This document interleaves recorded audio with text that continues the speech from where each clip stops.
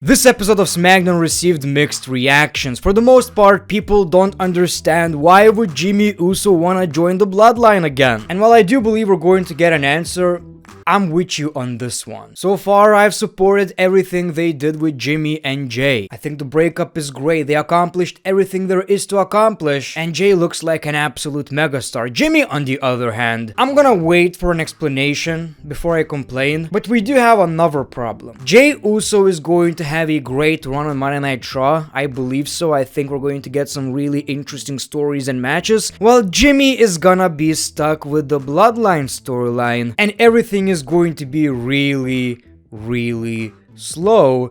And unfortunately, I have a feeling people might lose interest in Jimmy Uso. We all know Roman versus Cody is happening at WrestleMania. We all know Jay versus Jimmy is happening at WrestleMania. There's quite a few months left until Mania, so it's gonna be really slow. Other than this questionable booking decision, I think the show is actually pretty fun. Now, the show kicked off with a tag team match. Charlotte Flair and Shotzi versus Io Sky and Bayley. Not sure if it was because I was in a good mood, but I actually quite enjoyed the match. I don't know why. Maybe Charlotte Flair is getting better promo material, but ever since she came back, I'm okay with Charlotte Flair on my television. I don't complain. Did you hear me complain? No, exactly. So like I've said, I really enjoyed this one. It was a fun match to kick off the show. We saw Asuka returning. She took the championship. I guess that's the next program we are going to get. And the babyface team won the match. And people, Io Sky versus Asuka has a lot of potential. While I'm glad that Io Sky won the championship, I do still feel like Asuka lost the championship way too early. We barely got anything exciting with the championship title reign, but this is something I can get behind though. We see Paul Heyman talking to Jimmy Uso. He was wearing the Uso shirt. He informed Paul Heyman that he's back in the Bloodline. Heyman says, "You're in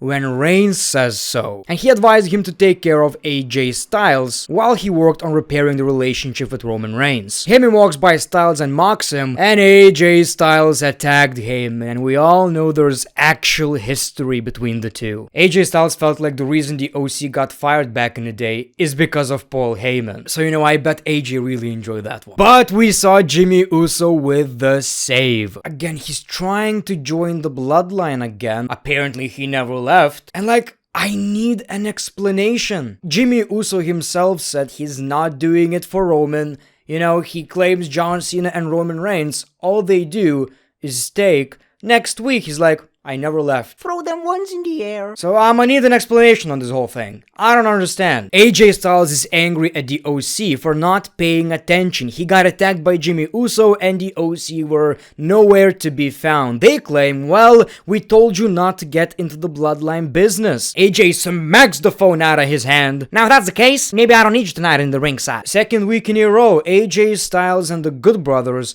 are not getting along. I've said this before, I've always enjoyed AJ Styles more as a singles competitor. What I mean by that, without the Good Brothers. But if they're gonna split up with AJ, I don't see them doing anything in the WWE, so that's the problem. We see LA Knight, and again, the pop gets bigger and bigger every week. He talked about The Miz. Did you guys see what The Miz did on Raw? One week he plays dress up, next week he plays make-believe against an invisible John Cena. He claims I won because of John Cena, but LA Knight didn't ask for Cena. He didn't need Cena. He didn't even need his endorsement. He endorsed himself. He has all the respect in the world for John Cena, but he did count to 3, and he challenged The Miz to a match. We see Grayson Waller and Austin Theory, and this was pretty fun. Babyface making fun of two goofballs always works. They claim they're the only tag team in WWE that are undefeated, yet they only had one match. So it was a pretty funny segment. I actually really like this tag team. Austin Theory at 26 years old can get his ass kicked with everybody saying LA Knight. Yeah. Funny segment, but pretty typical. Two douchebags came out. Oh, you needed John Cena and all that stuff. So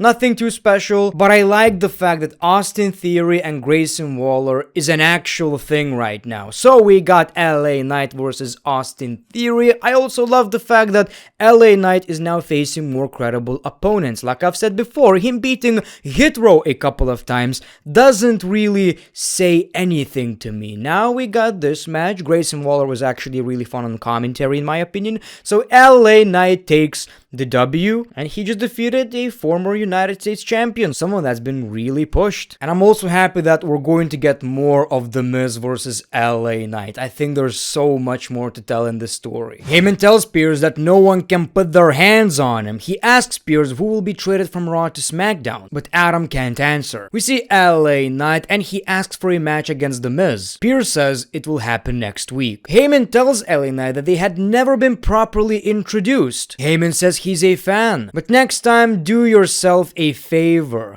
Knock first. Are we clear? LA Knight says yeah. I don't know how I feel about that.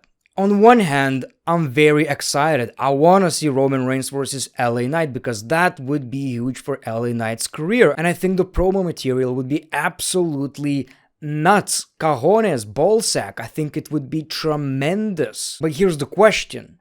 Should we put LA Knight against Roman Reigns because he's the top babyface? Or should we keep him away from Roman Reigns so his credibility is not hurt by losing to Roman?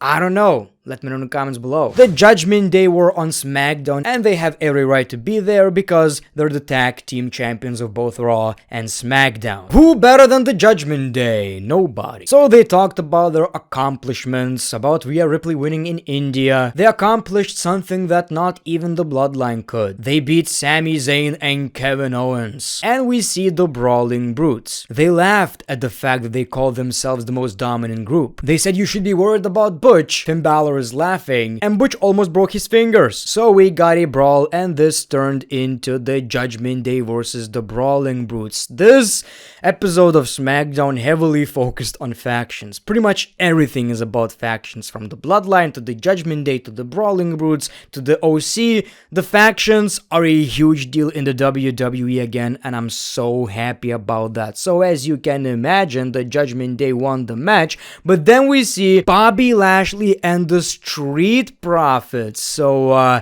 I'm not hating on it. It is kind of interesting since both factions are heel factions. I guess it could work. How about we do something even better? Rhea Ripley and Bianca Belair. It's time to turn Bianca Belair heel, and she would be such a great addition to the faction. What about Survivor Series? So we saw Jimmy Uso versus AJ Styles. It was pretty interesting, the story they told in this match. From what I've understood is that Jimmy Uso is not necessarily used to wrestling by himself. He was always a tag team guy. I'm getting weird vibes from Jimmy, man. I don't know where this character is going. It seemed simple, but WWE are making it really complicated, and I'm kinda, worried that the fans are going to lose interest. I did enjoy the match. Solo Sikoa and Paul Heyman were watching, but Solo Sikoa didn't help Jimmy Uso. He turned his back on him, and eventually AJ Styles won the match. After the match, the Judgment Day attacked AJ and allowed Solo Sikoa to hit his finisher on him. It seems like the Judgment Day and the Bloodline are kinda working together. So it was a pretty decent episode of SmackDown, but I'm kinda getting bad vibes from Jimmy. I'm not sure where this character is going at this point. I know eventually it's going to be good once we get near WrestleMania, but until then, we're just going to get a lot of unanswered questions. I still believe the Usos breaking up is a great idea. They accomplished everything there is to accomplish, and now they're big stars as singles competitors. But I gotta agree with one thing. They did it way too early. They needed to do it closer to WrestleMania. I have no idea what they're going to do with Jimmy until then. But thank you for watching this video. Hopefully you enjoyed. Subscribe, like, tickle the ball sack, the little bell, notification bell. The Great One, peace, love, and hugs. It's been a pleasure.